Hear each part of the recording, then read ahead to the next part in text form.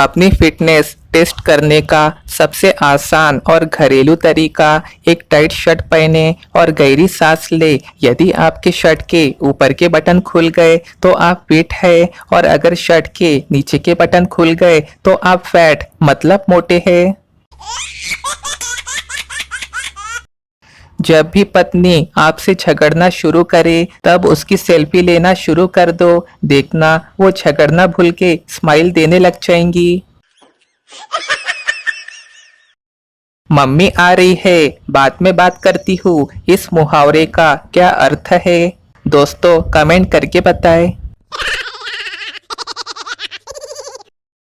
शादी में हद से ज्यादा शर्माती दुल्हन कुछ महीनों बाद ही ससुराल वालों की बैंड बहुत अच्छे से बजाती है। ये बात आप लिख के रख सकते हैं। किसी की शादी का कार्ड अपने हाथ में आने पे आप सबसे पहले उस कार्ड में क्या देखते हो? जरा ये कमेंट करके बताना। सास ससुर से झगड़ के अलग रहने वाली बहू भी मायके आकर अपने भाई भाभी से बोलती है कि मम्मी पापा का ख्याल रखना, कुछ खौफ करो बहनों।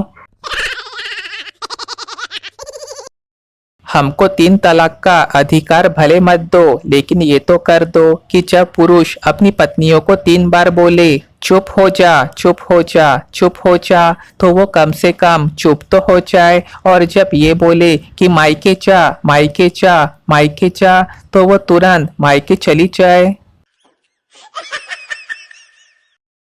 इंसान को सबसे ज्यादा बेइज्जती तब महसूस होती है जब उसके घर वाले दुकान से लाया हुआ सामान तुरंत ही वापस करने को उसे भेज दे।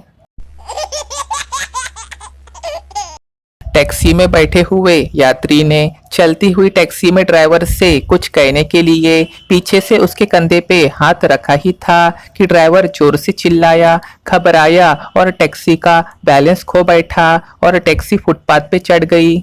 लिहाजा यात्री अपनी की गलती से शर्मिंदा होके ड्राइवर से बोला, भैया जी क्षमा चाहता हूँ, मुझे नहीं पता था कि मेरे हाथ लगाने से आपका ध्यान भटक जाएगा। इस पर टैक्सी ड्राइवर गुस्सा होकर चिढ़ने की बजाय शांति से बोला, ऐसी कोई बात नहीं है भैया, इसमें आपकी कोई गलती नहीं है।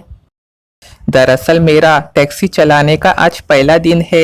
इसके पिछले 25 साल से मैं शव ढोने वाली वाहन गाड़ी चलाता था, इसलिए मैं डर गया कि पीछे वाला उठ कैसे गया। ये सुन यात्री अब बेहोश पड़ा है।